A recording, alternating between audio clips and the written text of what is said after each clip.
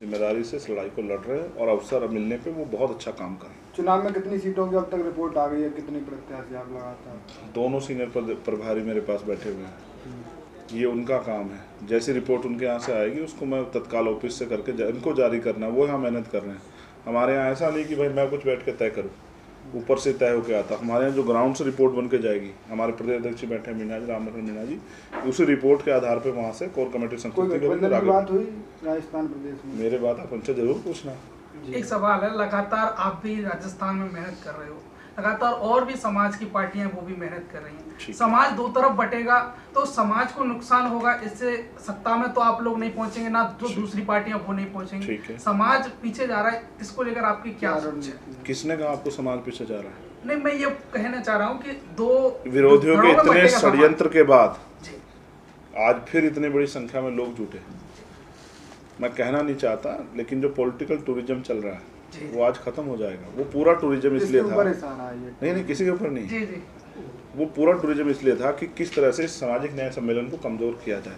और मैं आपको फिर बता दूं, आप सीनियर पत्रकार हो, आपको ये समझना चाहिए कि ये लोकतंत्र है, राजतंत्र नहीं कि कोई एक ही परिवार, एक ही पार्टी, उसी के साथ जनता खड़ी रहेगी। आप देखो नई नई पार्टियाँ आगे आती हैं, अच्छा काम करती हैं, उनको रिजल्ट मिलता है।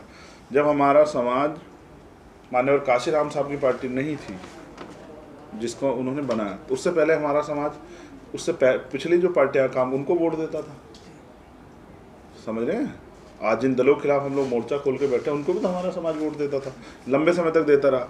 तो ये एक प्रक्रिया है, जब समाज नाउम्मीद हो जाए किसी पार्टी से। अच्छा, आप ये क्या समझते हैं, आप अच्छा काम करो नहीं, समाज आपको देखता रहे, कैसे देखेगा भाई बताओ? समाज तो अपना हित सोचता है ना, उनके रहते सब कुछ छिन रहा है, तो फिर इसका जवाब कौन देगा? अच्छा, मैंने एक सवाल किया था, आप अगर उसका जवाब ढूंढे तो बड़ा अच्छा लगेगा। एक यहाँ वाल्मीकि समाज के एक कर्मचारी थे, हर्षापति वाल्मीकि, उनको पीटा गया। आप ये पता करना विधायक कौन सी पार्टी के थे और किस पार्टी की ताकत से कि उनको इतनी शक्ति मिली कि उन्होंने एक दलित समाज के बेटे को इतना पीटा कि 22 फ्रैक्चर हुए और वो उनको मरा हुआ समझ के छोड़ के चले गए। ये कौन सी पार्टी के विधायक थे? आप इसको जानने का प्रयास करना, आपको पता लगेगा कि जनता राजस्थान की कैसा महसूस कर रही है वोट देने के बाद। सर, ये जो विवेक ओबराय है, उन्होंने एक बयान दिया है संविधान बदलने को लेकर, इसके बारे में आपका क्या कहना है? हाँ, उनकी सरकार बदल देंगे, ऐसा ही सोच के बैठे हैं। आर्थिक सलाहकार है मोदी। हमारे यहाँ एक कहावत है, यूपी में सीनियर लोग बैठे हैं मीना जी, और ये सोचेंगे निजाम भाई कि मैं क्या कह रहा हूँ कि कुत्ता पालो, बिल्ली पालो, लेकिन गलतफहमी मत पालो। आरएसएस को, बीजेपी को हमेशा से गलतफहमी रही है कि ये देश उनके बाप की पपोती है। और इस संविधान से बेसिक क्या है, संविधान से क्यों, संविधान के खिलाफ ही बात हो रही है, क्यों आर्थिक सलाहकार ये कह रहे हैं? मेरा मानना है आर्थिक सलाहकार का व्यक्तिगत बयान नहीं है, इन पे चर्चा होती है। आदमी वो बोलता है मंच पे जिसको महसूस करता है, जो उनके यहाँ जिस पे डिबेट होती है, जिस पे बातचीत हो रही होती है। आरएसएस हिडन, उससे ये उनका हिडन एजेंडा है, बहुत सारे उनके ओपन एजेंडे, लेकिन ये हिडन एजेंडा है कि भारतीय संविधान को नुकसान पहुँचाया जाए, क्योंकि ये संविधान दुनिया में सबसे महान संविधान है जो अंतिम व्यक्ति को भी अवसर की समता देता है और जो भारत में रहने वाली सभी धर्म को मानने वाले लोगों को धार्मिक स्वतंत्रता देता है, समानता की बात करता है, ऊंच नीच का जो भेदभाव छोटे बड़े का, उसके खिलाफ जो है कठोर है। और यही संविधान है जो मेरे जैसे वंचित वर्ग के लोगों को बोलने की आज़ादी देता है, घूमने की, अपनी बात रखने की, आंदोलन करने की। सरकार को इससे तकलीफ है। सरकार तो ये चाहती थी, जिस विचारधारा की सरकार सेंटर में है, कि किसी तरह से ये बेजुबान रहे। जैसे पशु देखे आपने, मालिक की पिटाई भी खाते हैं, मालिक को दूध भी देते हैं, लेकिन बोलते नहीं हैं। तो हम पशु थोड़ा, हम तो इंसान है ना। तो इसलिए जिनको गलतफहमी दूर कर, इसी के खिलाफ हम लोग बहुत जल्द में पीसी करूँगा दिल्ली से, और संविधान बचाओ यात्रा शुरू होगी। और वो यात्रा देश के सभी कोनों में जाएगी, और उसके जरिए राजनीति से बड़ा हमारे लिए है कि हम देश के हालातों पर नज़र रखें। तो नज़र ये है कि बहुजन समाज के लोगों को स्पेशली इस बात के लिए तैयार करना है कि वो आज की परिस्थिति को समझें कि आज हालात क्या हैं। अगर आज हमने इनको, बीजेपी को नहीं रोका, तो आने वाले कल में जब हम अधिकारों से वंचित हो जाएंगे तो हम अपने आने वाली पीढ़ियों को जवाब नहीं दे पाएंगे। इसलिए हमें हर पटल पे तैयार रहना है।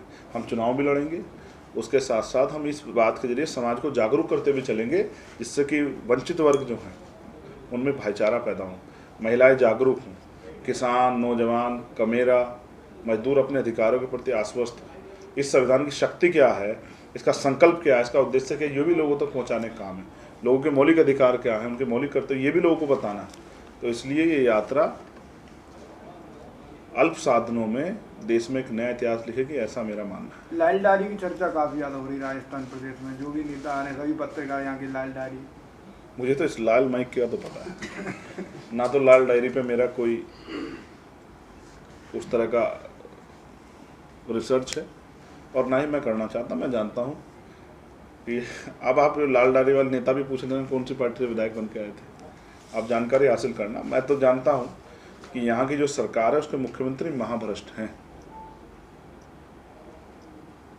और इसका हमारे प्रदेश पे पूरा रिकॉर्ड है और हम कोई भी बात बिना तथ्यों के नहीं कहते। और सबसे बड़ी बात, हम यहाँ महसूस करते हैं कि यहाँ कमज़ोर वर्ग सुरक्षित नहीं है इस सरकार के नेतृत्व। इसके उदाहरण सैकड़ों के रूप में मैं आपको बता दूंगा।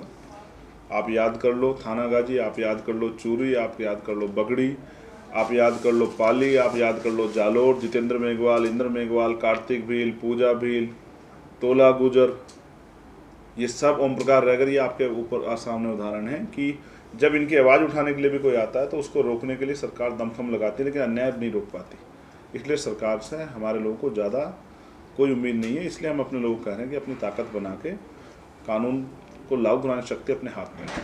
ठीक है, आपके संदेश क्या देना चाहोगे? संदेश यही कि बहुजन समाज आज की समय और परिस्थिति को समझे और अपनी ताकत बनाए।